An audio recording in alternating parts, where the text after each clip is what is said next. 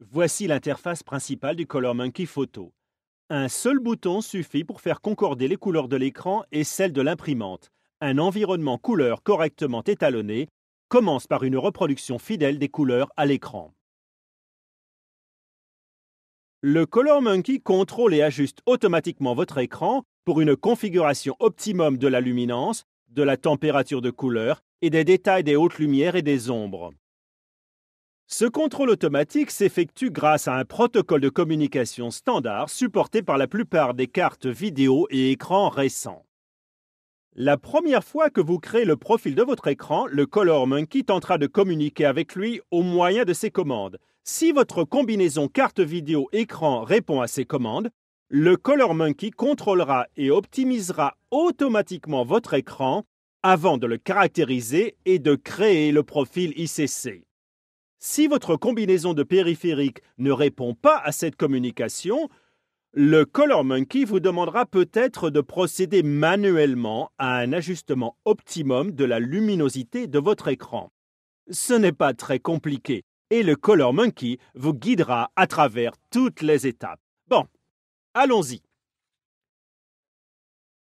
Si plusieurs écrans sont connectés à votre ordinateur, choisissez celui que vous souhaitez étalonner et cliquez sur « Suivant ». La fenêtre de l'application s'affichera sur cet écran. Vérifiez le type d'écran que vous caractérisez et choisissez « Simplifier » ou « Avancer ». Pour les débutants, il est préférable d'utiliser le mode « Simplifier ». Il caractérise votre écran et ne demande que très peu d'interaction de votre part.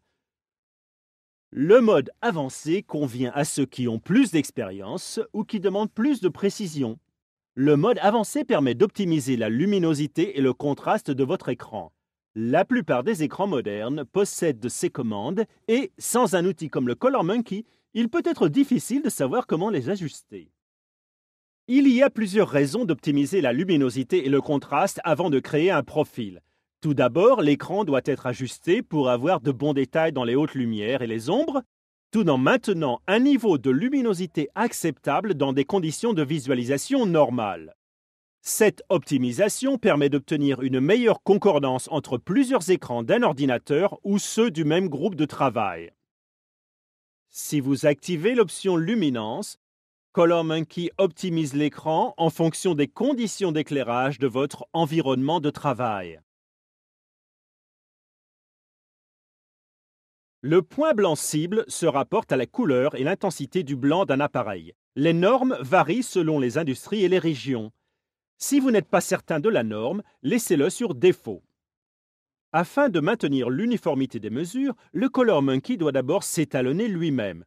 Comme je vous l'ai montré plus tôt, tournez le disque à la position indiquée, puis cliquez sur le bouton « Étalonner » du logiciel ou appuyez sur le bouton de saisie sur le côté du Monkey. Si, à n'importe quel moment, vous n'êtes pas sûr de ce que le logiciel vous demande, cliquez sur cette icône pour voir une vidéo démontrant cette étape. Le bouton « Info » permet aussi d'obtenir des explications écrites. Attendez que le logiciel vous indique qu'il est prêt, puis tournez le disque vers le haut. Le logiciel du Monkey est intelligent et des flèches vous indiqueront dans quelle direction tourner le disque. Pour mesurer la lumière ambiante de votre poste de travail, placez le ColorMonkey près de votre écran, puis cliquez sur le bouton Saisie, soit dans le logiciel, soit sur le Monkey. Le Monkey mesure alors la quantité de lumière ambiante et se sert de cette information pour optimiser la luminance de l'écran. Lorsque la mesure est terminée, tournez le disque vers le bas comme indiqué. Placez le Monkey dans sa pochette, fermez-la et faites passer la sangle lestée par-dessus l'écran. Il est très important de s'assurer que le dessous de la pochette est ouvert. Placez le Monkey sur l'endroit indiqué et cliquez sur « Suivant ». Comme nous sommes en mode avancé, le logiciel va me demander d'ajuster la luminosité et le contraste. Chaque écran est différent, mais ils ont tous généralement des boutons en dessous de l'écran pour effectuer ces réglages. Réglez votre écran lentement pour laisser au Monkey le temps de lire chaque nouveau réglage avant de continuer. Si vous allez trop vite, l'indicateur risque de basculer dans l'autre sens. Certains écrans affichent le menu de réglage au centre de l'écran, juste en dessous de l'endroit où se trouve le Monkey. Dans ce cas, déplacez-le sur le côté pendant que vous faites les réglages en veillant à ce qu'il reste en contact avec l'écran. Assurez-vous aussi d'avoir placé le curseur de façon à ne pas interférer. Si votre écran ne permet pas de procéder à l'un de ces réglages, cliquez sur le bouton suivant pour pour continuer. L'écran affichera une série de couleurs. Le Monkey mesure chacune de ces couleurs et utilise cette information pour créer le profil de l'écran. Cela peut prendre quelques minutes. Une fois le profil créé, vous pouvez configurer le logiciel pour vous avertir quand il sera temps de refaire cette opération et à quel intervalle. Plus un projet demande des couleurs exactes et plus souvent vous devez refaire l'étalonnage. La prochaine section souligne l'importance de la caractérisation en montrant l'écran avant et après. On ne peut pas évaluer une couleur si le moniteur ne la reproduit pas fidèlement. Nous avons fait la moitié du travail. Passons à l'imprimante. Pour créer le profil d'une imprimante, les combinaisons de ces valeurs connues, RVB ou CMJN, sont imprimées. Les résultats sont mesurés, puis le profil ou la table de conversion sont calculés. Lorsque l'imprimante utilise le nouveau profil, les applications savent quelle combinaison de valeurs de l'imprimante donnera les couleurs exactes pour obtenir un tirage conforme. Chaque profil dépend des circonstances dans lesquelles il a été imprimé. L'encre réagit différemment suivant les supports et les têtes d'impression sont toutes légèrement différentes. Il est donc important de créer un nouveau profil pour chaque combinaison d'imprimante, encre et support. Dans la première section, nous allons créer un nouveau profil. J'aborderai plus tard l'optimisation d'un profil existant. Sélectionnez l'imprimante. Elle doit être connectée à votre ordinateur et être en marche.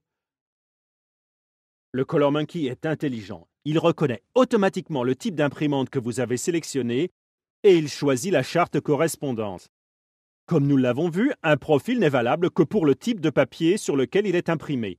Nous allons nommer le papier et cette information sera utilisée plus tard pour nommer le profil. Cliquez sur Suivant, puis sur Imprimer.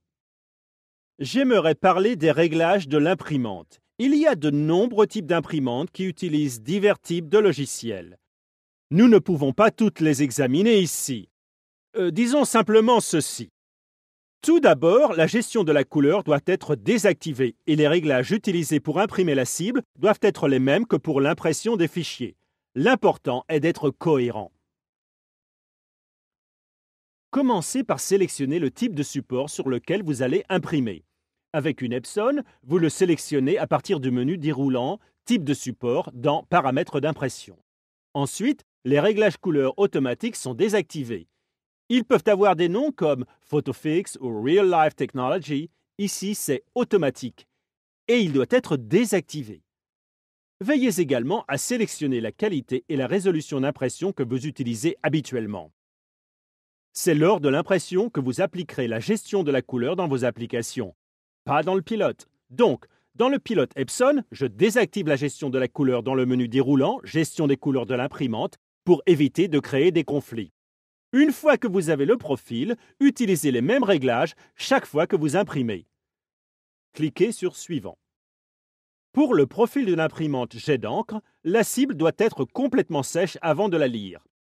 Outre la possibilité de maculage, les couleurs de ce type d'imprimante peuvent changer considérablement dans les 10 premières minutes. Cette minuterie vous avertira au bout de 10 minutes. D'autres imprimantes, comme celle à laser, ne demandent pratiquement pas de séchage. Dans ce cas, la minuterie n'est pas nécessaire. Au bout de 10 minutes, la plupart des tirages jet d'encre devraient être secs, mais tout dépend du type de papier. Les tirages photo brillants contiennent beaucoup d'encre et sèchent plus lentement que les photos mates. Profitez du séchage pour rechercher des imperfections sur la cible. Les patchs doivent être des zones de couleur lisses et plates, sans bande ni texture. Il est temps de lire la cible. Commencez par retirer le Monkey de la pochette, placez-le sur une surface lisse et dure. Si vous imprimez sur un papier fin, placez quelques feuilles vierges du même papier en dessous. Cela évitera que les couleurs de la table ou du bureau soient visibles au travers et donnera une meilleure lecture. Placez le Monkey au bas de la première rangée avec la diode blanche pointant vers la zone blanche. Vous devez toujours scanner dans la direction des flèches. Appuyez sur le bouton de saisie tout en faisant glisser lentement et progressivement la diode du Monkey au-delà du dernier patch et jusqu'au papier blanc avant de relâcher le bouton. Si cette rangée a été lue correctement, le rectangle jaune passera à la rangée suivante. Si vous êtes allé trop vite ou que vous avez scanné la mauvaise rangée, le Monkey vous le fera savoir. Le rectangle clignotera en rouge, puis il reviendra au jaune. Rescannez la rangée qui a causé l'erreur, scannez chaque rangée de la même façon et cliquez sur Suivant quand vous avez terminé. Comme nous l'avons déjà vu, le Monkey est intelligent. Il apprend ce que votre imprimante a produit à partir de la première charte et calcule maintenant d'autres couleurs pour affiner le profil. Une deuxième charte sera générée à partir de la première pour plus de précision et une meilleure qualité du profil. Imprimez et mesurez cette charte comme la première. Puis, nommez et sauvegardez le fichier. Un nom par défaut est fourni selon le type d'imprimante et de papier que vous avez caractérisé, mais vous pouvez le changer. N'oubliez pas que chaque profil n'est valable que pour une seule combinaison imprimante-papier. Si l'un ou l'autre est changé, vous devez créer un nouveau profil. Cliquez sur Sauvegarder pour générer le profil final. Que faire de ce profil? ColorMonkey va vous l'expliquer. Avec Appset, sélectionnez la case de l'application et ce nouveau profil deviendra automatiquement le profil par défaut de l'imprimante pour vos applications photos et autres. Cliquez sur Suivant pour revenir à l'écran principal du ColorMonkey. N'oubliez pas que vous pouvez à tout moment recréer le profil de votre écran ou créer un nouveau profil papier avec ces deux boutons. L'icône du Monkey dans la barre de menu est un raccourci vers de nombreuses fonctions. De là, vous pouvez lancer rapidement ColorMonkey Photo et Digital Pouch. Il y a aussi un raccourci pour créer des palettes de couleurs et un menu pop-up pour changer rapidement de profil d'imprimante si vous changez fréquemment d'imprimante ou de support.